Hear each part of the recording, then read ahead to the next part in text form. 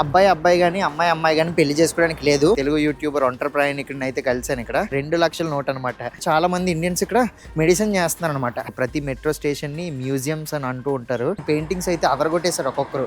Temperature అయితే 0 ఉంది.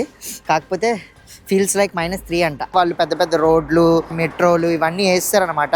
ఒక నిశ్శబ్దమైన సిటీ అని చెప్పొచ్చు దీన్ని. హాయ్ ఫ్రెండ్స్, నేను మీ Mani. Welcome to my channel. Uzbekistan to Iran land border trip లో భాగంగా ప్రెసెంట్ అయితే మనం ఈ ఉజ్బెకిస్తాన్ కంట్రీలో క్యాపిటల్ సిటీ అయిన తాష్కెంట్లో ఉన్నాం. నేను ఈ కంట్రీకి రావడం సెకండ్ టైం అనమాట. సో యాక్చువల్గా నా ఫస్ట్ కంట్రీ ఏంటంటే కజకిస్తాను. అక్కడి నుంచి ల్యాండ్ బోర్డర్లో ఉజ్బెకిస్తాన్ వచ్చాను. కాకపోతే స్టార్టింగ్ డేస్లో ఏంటంటే యూట్యూబ్ చేసేవాడిని కాదు అప్పట్లో అంతగా. సో వీడియోస్ అయితే తీసాను కానీ అవేవి పోస్ట్ చేయలేదన్నమాట. ఈవెన్ ఆ 2 కంట్రీలనే కాదు, దాదాపు ఒక 14-15 కంట్రీలు వీడియోలు ఉండవు నా ఛానల్లో. ఎందుకంటే అప్పట్లో అంత యూట్యూబ్ చేయాలన్న ఇంట్రెస్ట్ ఉండేది కాదు. సో చేయలేదు ఆ వీడియోస్ ఏవీను. బట్ రెండోసారి ఇప్పుడు వచ్చాను కాబట్టి అద్భుతంగా అయితే మీకు చూపించాలనుకుంటున్నాను. నేను వచ్చింది చాలా మంచి టైం అనమాట. వింటర్లో వచ్చాను. లాస్ట్ టైము ఒక 2.5 years బ్యాక్ వచ్చి ఉంటాను. సో అప్పుడు ఏంటంటే సమ్మర్లో వచ్చాను అనమాట. సో అప్పటికి ఇప్పటికి చాలా డిఫరెన్స్ అయితే ఉంది. ఇప్పుడు వింటర్ టెంపరేచర్ కూడా చాలా తక్కువ ఉంది. మాట్లాడడానికి కూడా చాలా కష్టంగా ఉందన్నమాట. ఇప్పుడు నాకు తెలిసి -2 -1 ఉంటుంది. చూపిస్తాను మొబైల్లో మీకు టెంపరేచర్ ఎంత ఉందో. ప్రజెంట్ ఏంటంటే ఇక్కడ ఒక హోటల్లో అయితే స్టే చేస్తున్నాను. లాస్ట్ వీడియోలో కూడా చెప్పాను కదా, నేను మన తెలుగు యూట్యూబర్ ఒంటరి ప్రయాణికుడిని అయితే కలిసాను ఇక్కడ. సో ఆ బ్రో నేను కలిసి అయితే స్టే చేస్తున్నాం. ఇదే నేను స్టే చేస్తున్న ప్లేసు, ఆర్ట్ ఇన్ అని చెప్పేసి ఈ హోటల్లో స్టే చేస్తున్నాం. యాక్చువల్గా ఇక్కడికి రాగానే నేను శ్యామ్స్ ఆర్ట్ అని చెప్పేసి ఇంకో హోటల్లో చెక్ఇన్ చేశాను. కాకపోతే అక్కడ ఆ రూమ్ వాళ్ళు వెకెట్ చేసి వాళ్ళు ఇక్కడికైతే పంపించారనమాట. ఈ స్ట్రీట్ మొత్తంలో ఇక్కడ ఒక 5-6 హోటల్స్ అయితే ఉన్నాయి. ఇగోండి ఇటువైపు కూడా చూడండి, ద ఆర్ట్ హోటల్, ఇదేమో ఆర్ట్ ఇన్, అక్కడేమో ఆర్ట్ ఎలైట్ అని ఉంది, ఇంకోటేమో శ్యామ్స్ ఆర్ట్ హోటల్ అంట. సో ఇలాగా రకరకాల పేర్లతో అయితే ఈ స్ట్రీట్లోనే చాలా హోటల్స్ అయితే ఉన్నాయి వీళ్ళకి. ఈరోజు ఈ వీడియోలో ఏంటంటే మీకు ఏ కంట్రీకి వెళ్ళినా సరే ఫస్ట్ ఇంప్రెషన్ వీడియో అనేది చేస్తాను కదా. అఫీషియల్గా చెప్పాలంటే ఇది సెకండ్ ఇంప్రెషన్ అనుకోవచ్చు, ఎందుకంటే నేను ఇది రెండోసారి రావడం కాబట్టి. కాకపోతే ఈ వీడియోలో అసలు ఈ దేశం స్థితిగతులు ఏంటి, ఇక్కడ కరెన్సీ ఏంటి, సో అన్నీ ఇంట్రెస్టింగ్గా మీకు చెప్తాను. వీడియో అయితే చివరి వరకు చూడండి, చాలా ఇంట్రెస్టింగ్గా ఉంటుంది. ఇక్కడ మెయిన్గా ఈ ఉజ్బెకిస్తాన్ కంట్రీలో పాపులర్గా యూజ్ చేసే లోకల్ ట్రాన్స్పోర్ట్ ఏంటంటే, ఒకటి ఏంటంటే క్యాబ్స్, ఇంకోటి ఏంటంటే బస్సులు ఉంటాయి. బస్సులు మార్షు కార్స్ అని చెప్పేసి అంటారు, మినీ వ్యాన్స్ టైప్ అనమాట. మనం ఆఫ్రికా సైడ్ వెళ్తే ఈ మటాటు తర్వాత అంటూ ఉంటాం కదా మినీ వ్యాన్స్. సో వాటిని ఇక్కడ మార్షు కార్స్ అంటారు అనమాట. సో అవి కూడా మీకు చూపిస్తాను. ఇంకోటి ఏంటంటే బస్సులు, మెట్రో కూడా ఉంటుంది, అద్భుతంగా ఉంటుంది అనమాట. మెట్రో చాలా ఓల్డ్, అసలు ప్రతి మెట్రో స్టేషన్ని మ్యూజియంస్ అని అంటూ ఉంటారు. అవి ఎందుకో మీకు చూపిస్తాను ఫర్దర్గా. ఇంకోటి ఏంటంటే ఎలక్ట్రిక్ స్కూటర్స్ ఎక్కువ ఉంటాయి. ఇదిగోండి ఇక్కడ కనిపిస్తుంది కదా, వీటిని ఎలక్ట్రిక్ స్కూటర్స్ అంటారు. ఈ స్కూటర్స్ మెయిన్గా ఇక్కడ పాపులర్ బ్రాండ్ వచ్చేసి యాండెక్స్ అనమాట. సో యాండెక్స్లో మనం క్యాబ్స్ అవి బుక్ చేసుకోవచ్చు. కొంచెం ప్రైజెస్ రీజనబుల్గానే ఉంటాయి. ఇవేంటంటే మనం చాలా కంట్రీస్లో చూసే ఉంటాం కదా. సో ఇది యాప్ ఇన్స్టాల్ చేసుకొని ఈ కోడ్ స్కాన్ చేసుకొని ఇవి మనం హవర్లీ బేస్డ్గా వాడుకోవచ్చు అనమాట ఎక్కడికైనా వెళ్ళడానికి. చాలా వరకు స్టూడెంట్స్ గట్రా యూజ్ చేస్తూ ఉన్నారు. ఇవి ఎక్కడ పడితే అక్కడ పార్క్ చేసి కనిపిస్తూ ఉన్నాయి యాండెక్స్లో. ఈ యాండెక్స్ యాప్లోని మనం ఫుడ్ కూడా ఆర్డర్ చేసుకోవచ్చు అనమాట కావాలంటే. సో పాపులర్ యాప్ ఈ ఉజ్బెకిస్తాన్లోని చాలామంది అయితే యూజ్ చేస్తున్నారు. ఈవెన్ మనం ఎయిర్పోర్ట్ నుంచి సిమ్ తీసుకోగానే యాప్ ఇన్స్టాల్ చేసుకొని ఎయిర్పోర్ట్ నుంచి సిటీ సెంటర్ వరకు ఈ యాండెక్స్లో క్యాబ్ బుక్ చేసుకొని రీచ్ అవ్వచ్చు. లేదు అంటే ఎయిర్పోర్ట్ నుంచి కొంచెం బయటకు వస్తే అక్కడ మనకి బస్సెస్ కూడా ఉంటాయి. సో ఆ లోకల్ బస్సులో అయినా రీచ్ అవ్వచ్చు. కాకపోతే చుట్టూ అసలు స్ట్రీట్స్లో ఒక్కో బిల్డింగ్ ఎంత బాగుందంటే అసలు ఆ పెయింటింగ్స్ కానీ అవి. వింటర్ టైంలో వచ్చాను కదా, సో చాలా వరకు చెట్లకి ఆకులు అయితే కనిపించట్లేదు ఇక్కడ చూడండి. అక్కడక్కడ చెట్లకి యాపిళ్ళు ఇవి అవి కనిపిస్తూ ఉన్నాయి. చాలా అంటే చాలా బాగుంది చూడడానికి. మంచి ఒక వింటేజ్ ఫీల్ అయితే కలుగుతుంది ఈ తాష్కెంట్ క్యాపిటల్ సిటీ. చెప్పడం మర్చిపోయాను కదా, ఈ ఉజ్బెకిస్తాన్ కంట్రీ క్యాపిటల్ సిటీ వచ్చేసి తాష్కెంటే. ఇప్పుడు మనం ఉన్నదే దాదాపు మాట్లాడుతుంటే నోట్లోంచి పొగలు వస్తున్నాయి, మీకు కనిపిస్తుందో లేదో. సో ఈ కంట్రీ పాపులేషన్ వచ్చేసి 36 మిలియన్ అనమాట, 36 మిలియన్. అందులో 3 మిలియన్ పీపుల్ అయితే ఇక్కడే నివసిస్తున్నారు, అంటే దాదాపు 30 లక్షల మంది. సో లార్జెస్ట్ సిటీ అనమాట ఈ తాష్కెంటే. ప్రతి బిల్డింగ్ చూడండి, వీటిని బిల్డింగ్స్ అని కూడా అనలేము, ఇండివిజువల్ హౌసెస్, కానీ పెయింటింగ్స్ అయితే అదరగొట్టేశారు ఒక్కొక్కరు. హౌసెస్ స్టైల్ కూడా చూడండి. ఇక్కడ ఎక్కువ వింటర్లో స్నో కూడా పడుతుంది. ఇప్పుడు మనం జనవరి మంత్లో ఉన్నాం, సో స్నోఫాల్ అయితే లేదు. ఫ్యూ డేస్ ఎగో అయితే పడిందంట. కాకపోతే ఇక్కడ చూడొచ్చు చాలా వరకు బిల్డింగ్స్ పైన మనకి చూడండి, మనం అయితే స్లాబ్ వేసుకుంటాం కదా, ఇక్కడ ఏంటంటే సో పైన రేకుల టైప్లో అయితే వేసుకుంటారు అనమాట. ఎందుకంటే ఒకవేళ మంచిది పడినా సరే వీటి వల్ల హీట్ అనేది వస్తుంది అనమాట. సో కొంచెం వెచ్చగా ఉండడానికి వింటర్లో వీళ్ళకు దోహదపడుతూ ఉంటుంది. ప్రతి ఇంటికి అలానే ఉంది, టాపు పైన రేకుల టైపే, ఎక్కడ పైన స్లాబ్స్ టైప్లో అయితే కనిపించట్లేదు. స్ట్రీట్స్ కూడా చూడండి ఎంత నీట్గా మెయింటైన్ చేస్తున్నారో. స్ట్రీట్లోనే కాదు, మెయిన్ రోడ్లు కూడా చాలా నీట్గా మెయింటైన్ చేస్తున్నారు. అక్కడక్కడ డస్ట్బిన్లు ఉన్నాయి, అంటే సివిక్ సెన్స్ బాగానే ఉంది ఇక్కడ ఈ ఉజ్బెకిస్తాన్ దేశం ప్రజలకి. ఎక్కడ పడితే అక్కడ చెత్త అనేది పడేయట్లేదు, బాగుంది. చాలా వరకు 90% కార్లే ఉపయోగిస్తున్నారు అనుకుంటా. ఇక్కడ ఎక్కడ చూసినా కార్లే కనబడుతున్నాయి, బైకులు అయితే చాలా తక్కువ ఉన్నాయి. మెయిన్గా ఇక్కడ క్లైమేట్ గురించి అయితే చెప్పాలి. నేను ఇప్పుడు వచ్చింది పీక్ వింటర్ సీజన్ అనమాట. సో చాలా అంటే చాలా చల్లగా ఉంది. ఇప్పుడు రైట్ నౌ మీకు టెంపరేచర్ చూపిస్తాను. ఇదిగోండి కరెక్ట్గా 0 ఉంది, కనిపిస్తుందా? 0 టెంపరేచర్ అయితే 0 ఉంది. కాకపోతే ఫీల్స్ లైక్ -3 అంట. చేతులు కాసేపు బయట పెట్టి ఇలాగ కెమెరా పట్టుకుంటే ఏంటంటే వెంటనే మంట అనేది స్టార్ట్ అవుతుంది అనమాట. ఈవెన్ ఏంటంటే మైనస్ టెంపరేచర్స్కి వెళ్ళినప్పుడు గ్లౌజెస్ వేసుకోకపోతే చేతులకి కొంచెం మనకి ఒక మంటలాగా స్టార్ట్ అవుతుంది. సో ఎక్కువసేపు అలా వదిలేస్తే ఈ గోర్లు ఉంటాయి కదా, ఇక్కడ నొప్పి అనేది స్టార్ట్ అవుతుంది అనమాట. సో అది స్టార్ట్ అయింది. కాకపోతే ఏంటంటే ఆ గ్లౌజెస్ నేను తెచ్చుకోలేదు. ఈవెన్ అది కొనుక్కోవాలన్నా మార్కెట్ వరకు అలా నడుచుకొని వెళ్దాము అనుకున్నా. సో చూడాలి, గ్లౌజెస్ అది వేసుకుంటే కొంచెం వీడియో తీయడానికి కంఫర్టబుల్గా ఉండదు. అందుకనే సో బేర్ హ్యాండ్స్తో అయితే చేస్తున్నా. కొంచెం ఎండ ఉంది కాబట్టి ఏదో ఈ మాత్రమైనా నడవగలుగుతున్నాం. దాదాపు 1 కిలోమీటర్ అయితే నడిచాను ఇప్పుడు వరకు. ఇక్కడ ఏంటంటే పీక్ వింటర్, ఇది జనవరి, డిసెంబరు, తర్వాత ఫిబ్రవరి. ఈ సమ్మర్ సీజన్ ఏంటంటే జూన్, జూలై, ఆగస్ట్ ఈ టైంలో సమ్మర్ సీజన్ అనమాట. చాలా ఎక్కువ ఎండ ఉంటుంది. మెయిన్లీ బుఖారా, కీవా ఇలా కొన్ని ప్లేసెస్ ఉంటాయి అనమాట. సో అటువైపు అయితే అసలు ఇంకా ఎక్కువ ఎండ ఉంటుంది సమ్మర్ టైంలో. ఇప్పుడైతే పర్లా, కానీ స్ట్రీట్స్ అవి అద్భుతంగా ఉన్నాయి, చాలా నీట్గా మెయింటైన్ చేస్తున్నారు. ఒక్కొక్క హౌసెస్ చూస్తుంటే ఒక సోవియట్ ఎరాలోకి అయితే నడుచుకొని వెళ్తున్న ఫీలింగ్ అయితే కలుగుతుంది, అంత బాగున్నాయి. ఇందాకే చెప్పాను కదా ఆ యాండెక్స్ బైక్స్, అదిగోండి చాలా వరకు ఈ డెలివరీ బాయ్స్ ఉంటారు కదా, సో వాళ్ళు యూజ్ చేస్తున్నారు అవి ఫుడ్ అవి డెలివరీ చేయడానికి. రైట్ నో నేను ఒక హాస్టల్ దగ్గర అయితే ఉన్నాను. నేనైతే ఇక్కడ ఏం స్టే చేయట్లేదు కానీ, బట్ ఇక్కడ పర్ డేకి బడ్జెట్ ఎస్టిమేషన్ ఎంత అవుతుంది ఏంటందో మీకు నోరు కూడా తిరగట్లేదు ఈ చలికి. సో పర్ డేకి బడ్జెట్ ఎస్టిమేషన్ ఎంత అవుద్దో మీకు చెప్దామని చెప్పేసి ఇలాగ వెళ్తూ ఉంటే ఒక హాస్టల్ కనిపిస్తే ఆగాను. సో ఫర్ సపోజ్ హాస్టల్స్ అనుకోండి, పర్ డేకి 800 to 900 రూపీస్లో అయితే బెడ్స్ ఉంటాయి. మనకి Booking.comలో కానీ ఇంకా కొన్ని యాప్స్లో ఏంటంటే సో 400-500 రూపీస్ అలాగే చూపిస్తుంది ప్రైజు. కాకపోతే కిందన ఇంక్లూడింగ్ ట్యాక్స్ అని చెప్పేసి ఉంటుంది అనమాట. సో ఒకవేళ 400 రూపాయలు డామ్ అనుకోండి, అదే బెడ్ అనుకోండి, ఇంకో 400 రూపాయలు మళ్ళీ ట్యాక్స్ ఉంటుంది అనమాట. సో అది చాలామంది చూడరు, కిందన చిన్నగా మెన్షన్ చేస్తారు. సో చాలా వరకు హాస్టల్ అలానే పెట్టారనమాట. బెడ్ ఏమో 400 రూపీస్ పెట్టి కిందనేమో ప్లస్ 450 రూపీస్ ట్యాక్స్ అని చెప్పేసి పెడుతున్నారు. మనకి ఆ ట్యాక్సెస్ మెన్షన్ చేయరన్నమాట. అందుకని చెప్పేసి మనం మొత్తం కలిపి అయితే పే చేయాలి. సో దాదాపు ఎంత చీప్ హోటల్ చూసుకున్నా మినిమం 800 to 1000 రూపీస్ అయితే ఉంటుంది. అదే ఒక హోటల్స్ అనుకోండి సో 2000 రూపీస్ అనమాట. సో పర్వాలేదు, ఒకవేళ ఇద్దరు వచ్చారనుకోండి మంచిగా బడ్జెట్లో అయితే కానిచ్చేయచ్చు.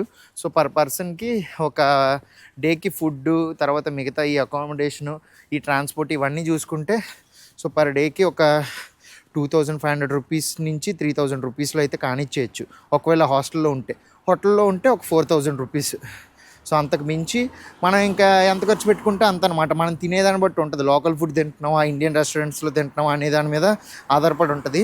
ఇండియన్ రెస్టారెంట్స్ కూడా ఉన్నాయి, ఎందుకంటే చాలామంది ఇండియన్స్ ఇక్కడ మెడిసిన్ చేస్తున్నారు అనమాట. దానికి మెయిన్ రీజన్ ఏంటంటే మన ఇండియాతో కంపేర్ చేసుకుంటే ఈ ఉజ్బెకిస్తాన్ దేశంలో సో మెడిసిన్ చదవడానికి కొంచెం తక్కువ డబ్బులు అయితే పడుతుంది. వీళ్ళ కరెన్సీతో కంపేర్ చేసుకున్న లివింగ్ కాస్ట్ కూడా కొంచెం తక్కువే అనమాట. సో ఏమనుకోద్దు, మధ్యలో గ్యాప్స్ వస్తూ ఉంటాయి, చాలా కష్టంగా ఉంది మాట్లాడడానికి.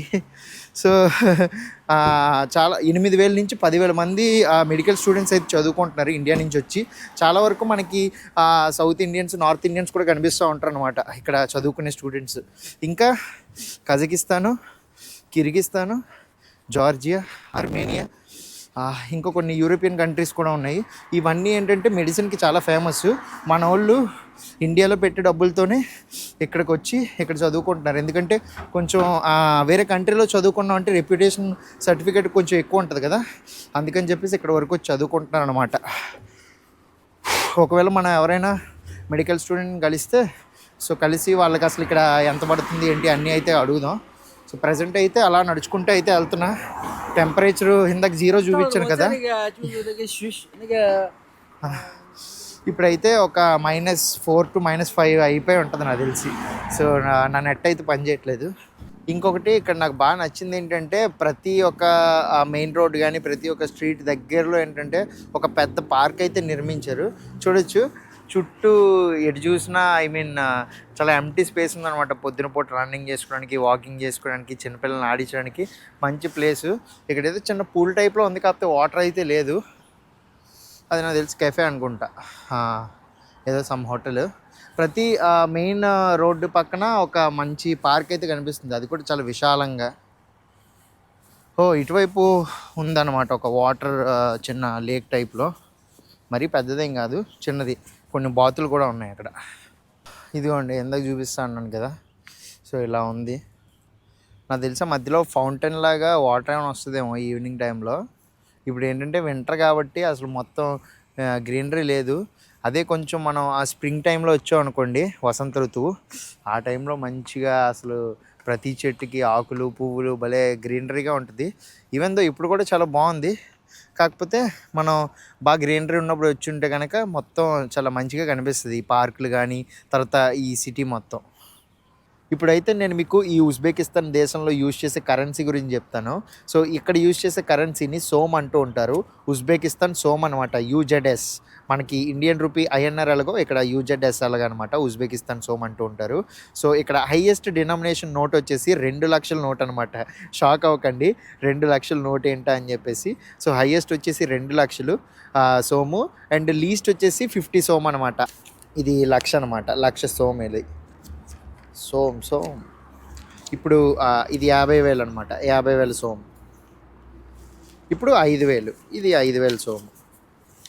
సారీ, ఇది 5,000 సోమ్ అయితే ఇలా ఉంటుంది.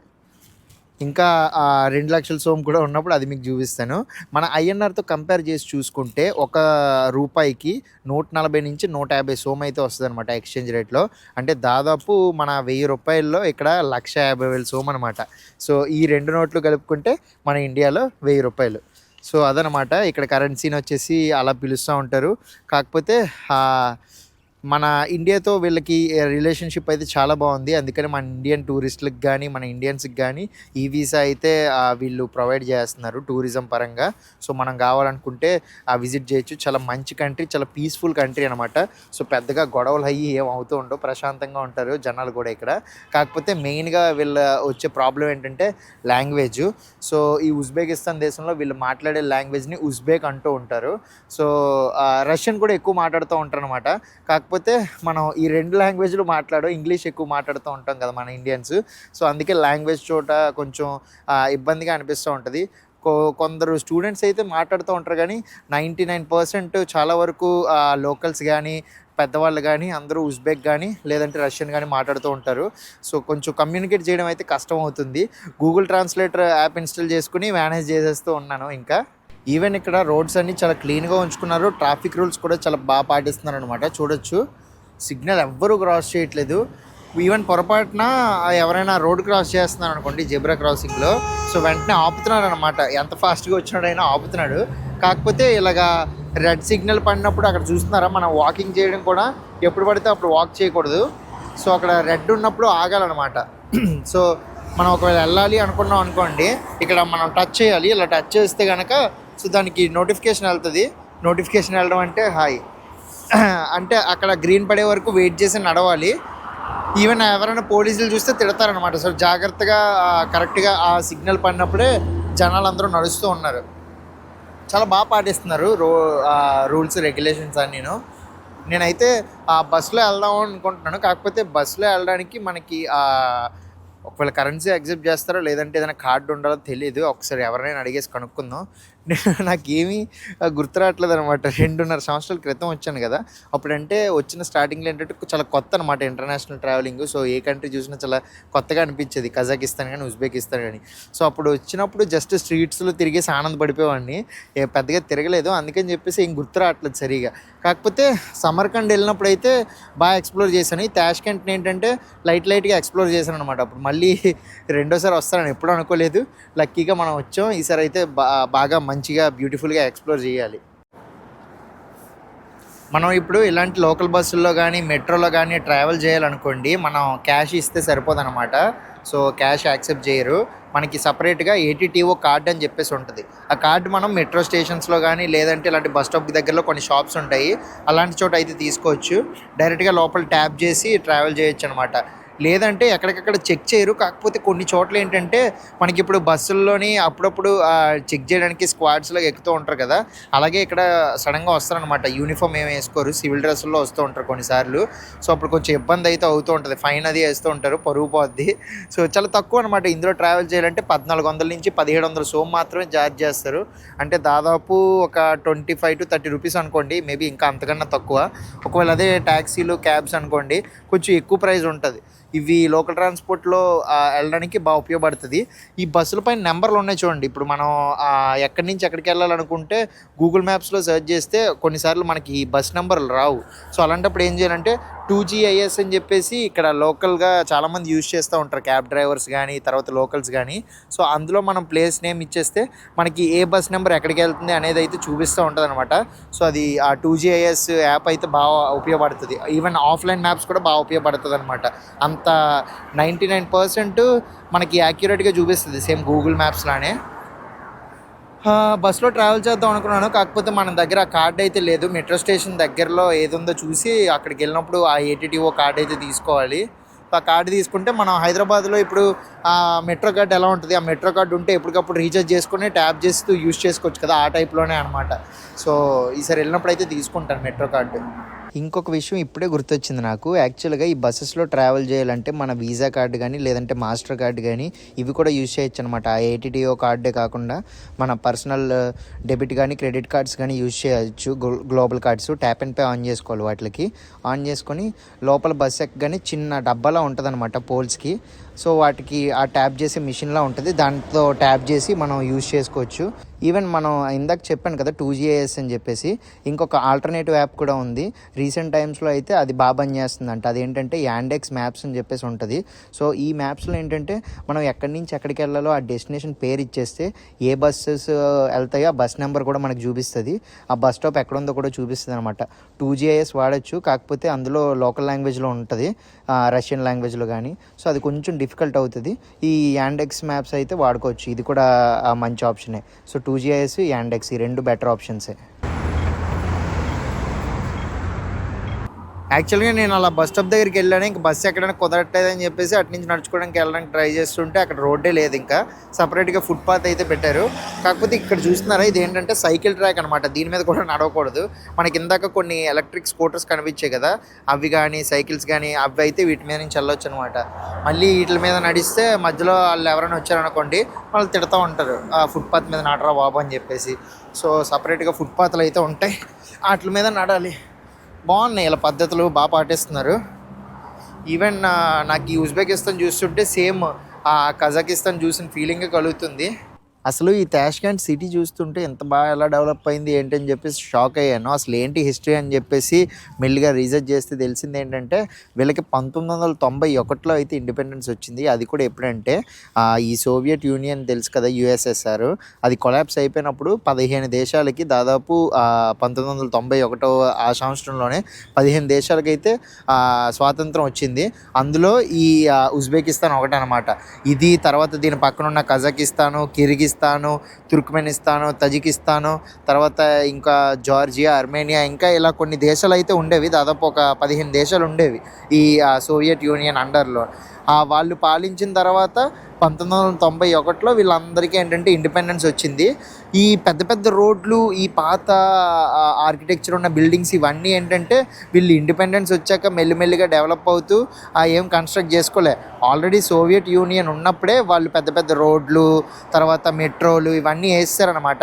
వేసేసిన తర్వాత ఇండిపెండెన్స్ వచ్చాక కూడా వీళ్ళు మెల్లిమెల్లిగా రూల్స్ అవి స్ట్రిక్ట్ చేస్తూ ఇంకా మెల్లిగా మంచిగా వీళ్ళు డెవలప్ చేసుకుంటూ వచ్చారు. కానీ చాలా డెవలప్డ్ సిటీ అనమాట ఈ ఉజ్బెకిస్తాన్ దేశం మొత్తంలోనే. ఈ తాష్కెంట్ చాలా బాగా డెవలప్ అయింది. ప్రతిదీ అసలు పద్ధతి అయితే చాలా బాగా పాటిస్తున్నారు. ఈవెన్ రూల్స్ కూడా చాలా స్ట్రిక్ట్గా ఉంటాయన్నమాట. ఎందుకంటే అది ఈ ఉజ్బెకిస్తాన్ ఏంటంటే ఒక ఇస్లామిక్ కంట్రీ. సో ఇక్కడ 90% ఏంటంటే మొత్తం అందరూ ముస్లిమ్సే ఉంటారు. సో చాలా వరకు మసీదులు అయితే అద్భుతంగా ఉంటాయి, ఆర్కిటెక్చర్ కూడా. ఈవెన్ మనం సమర్కండ్, బుఖారా ఇలాంటి ప్లేసెస్కి వెళ్ళినప్పుడు ఏంటంటే అసలు అక్కడ ఉన్న మసీదులు చూస్తే మీకు పిచ్చెక్కిపోద్ది. ఆ ఆర్కిటెక్చర్ చూస్తే అంత బాగుంటాయి. నేను ఆల్రెడీ వెళ్ళాను కాబట్టి మీకు చెప్తున్నా. సో సపరేట్గా మళ్ళీ వెళ్ళినప్పుడు కూడా మీకు ఎక్స్ప్లెయిన్ చేస్తాను ఆ మసీదులు అవన్నీ చూపించేసి. ప్రతి ఒక 200-300 మీటర్స్ కూడా బెంచులు అవి ఏర్పాటు చేసి చాలా బాగుందన్నమాట సిటీ. మంచి ఒక నిశ్శబ్దమైన సిటీ అని చెప్పొచ్చు దీన్ని. ఎందుకంటే ఒక మనిషి గొడవలు పడడం కానీ లేదంటే అరుచుకోవడం కానీ అలా ఏం లేదు. అందరూ కొంచెం శాంతంగా మాట్లాడుతున్నారు. కాకపోతే ఆ భాష మధ్య మనకి రాదు కాబట్టి కొంచెం ఇబ్బంది అవుతుంది వేరే వాళ్ళతో మాట్లాడడానికి. కానీ బాగా డెవలప్ అయింది సిటీ అయితే. చాలా బాగా డెవలప్ చేసుకున్నారు. మెల్లిమెల్లిగా ఇంకా ఇంప్రూవ్ అవుతూ ఉంది. చాలా యంగెస్ట్ కంట్రీ అని చెప్పొచ్చు. ఇది ఒక ఇస్లామిక్ కంట్రీ కాబట్టి ఇక్కడ రూల్స్ అయితే చాలా స్ట్రిక్ట్గా ఉంటాయి. మెయిన్లీ కొన్ని రూల్స్ అనమాట. ఇక్కడ అబ్బాయి కానీ అమ్మాయి కానీ పెళ్లి చేసుకోవడానికి లేదు. మన ఇండియాలో ఏంటంటే రీసెంట్ ఇయర్స్లోనే ఎల్జిబిటిక్యూని అయితే వాళ్ళు లీగలైజ్ చేసేసారు. ఇల్లీగల్ కాకుండా ఇప్పుడు అబ్బాయి పెళ్లి చేసుకోవచ్చు, అమ్మాయి పెళ్లి చేసుకోవచ్చు. కాకపోతే ఈ దేశంలో అలా కుదరదనమాట. చాలా స్ట్రిక్ట్గా ఉంటారు అలాంటి విషయాల్లో. అమ్మాయి కలిపి పెళ్లి కాకముందు ఏమైనా హోటల్లో స్టే చేయాలన్నా సరే కొన్నిసార్లు మ్యారేజ్ సర్టిఫికేట్ అడుగుతూ ఉంటారు. ఫారినర్స్కి అయితే పర్లేదు, మెయిన్లీ లోకల్స్కి. సో ఇలాంటి విషయాల్లో చాలా స్ట్రిక్ట్గా ఉంటారనమాట. సో అందుకనే ఏమైనా హోటల్స్లో స్టే చేయాలన్నా సరే ఒక అమ్మాయి కలిపేసి వెళ్ళారు అనుకోండి పెళ్లి కాకుండా, సో వాళ్ళకి మ్యారేజ్ సర్టిఫికేట్ అడుగుతారు. లేదంటే కొన్ని హోటల్స్లో ఏంటంటే బడ్జెట్ హోటల్స్లో అలౌ చేస్తారు ఎంతో కొంత ఇస్తే. కాకపోతే ఈ విషయంలో అయితే చాలా స్ట్రిక్ట్గా ఉంటారనమాట ఇలాంటి దేశాల్లో. ఈ ఉజ్బెకిస్తాన్ దేశానికి మన ఇండియా దేశానికి టైం డిఫరెన్స్ చూసుకుంటే పెద్ద డిఫరెన్సే ఉండదు. జస్ట్ అరగంట సేపు మాత్రమే. మనము వీళ్ళకన్నా అరగంట ముందు ఉంటాం అనమాట. ఇప్పుడు మనకి ఇక్కడ ఈ ఉజ్బెకిస్తాన్లో 12 అయింది అనుకోండి మధ్యాహ్నం, ఇండియాలో 12:30. సో పెద్ద టైం డిఫరెన్స్ ఏమి ఉండదు. ఓన్లీ అరగంట కాబట్టి పెద్దగా డిఫరెన్స్ మనకేం కనిపించదు అనమాట. హోటల్స్ కానీ లేదంటే హాస్టల్స్లో ఎక్కడ స్టే చేసినా సరే ఒక మ్యాండేటరీ చిన్న రిజిస్ట్రేషన్ ఫామ్ అయితే మీరు తీసుకోవాలి. సో అది చెప్పడం మర్చిపోయాను, నేను చెక్ ఇన్ చేసినప్పుడే మీకు చెప్దాం అనుకున్నాను.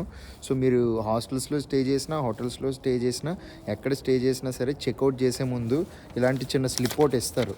మీరు రిజిస్ట్రేషన్ స్లిప్ అని చెప్పేసి అడగండి. సో అడిగితే ఇస్తారనమాట. సో అదేంటంటే మీరు ఎయిర్పోర్ట్ నుంచి మళ్ళీ తిరిగి మీరు ఎగ్జిట్ అయినప్పుడు ఏంటంటే ఎయిర్పోర్ట్లో కానీ ల్యాండ్ బోర్డర్లో కానీ ఎక్కడైనా సరే మీకు ఆ స్లిప్ అడుగుతారు. ఒకవేళ మీకు ఎక్కడ స్టే చేశారో ఆ స్లిప్ చూపించలేదు అనుకోండి, సో మీకు కొంచెం ఇబ్బంది అవుతుంది అనమాట. ఫైన్ గట్రా వేస్తూ ఉంటారు. కొన్నిసార్లు అడగరు. కాకపోతే మన దరిద్రం బాలేక అడిగారు అనుకోండి, ఆ టైంలో ఏంటంటే చెప్పలేము అనమాట. $100 అవ్వచ్చు, $200 అవ్వచ్చు, ఎంతో కొంత ఫైన్ అనేది పడుతుంది అనమాట. సో ఆ రకంగా మనం తప్పించుకోవాలి అంటే మనం ఎక్కడ స్టే చేసామో అక్కడ చెక్అవుట్ చేసే ముందు మాకు ఆ రిజిస్ట్రేషన్ది చిన్న స్లిప్ కావాలి సో అని అడిగితే వాళ్ళు ఇచ్చేస్తారనమాట. అది తీసుకోవడం అయితే మర్చిపోకండి, చాలా మ్యాండేటరీ అది.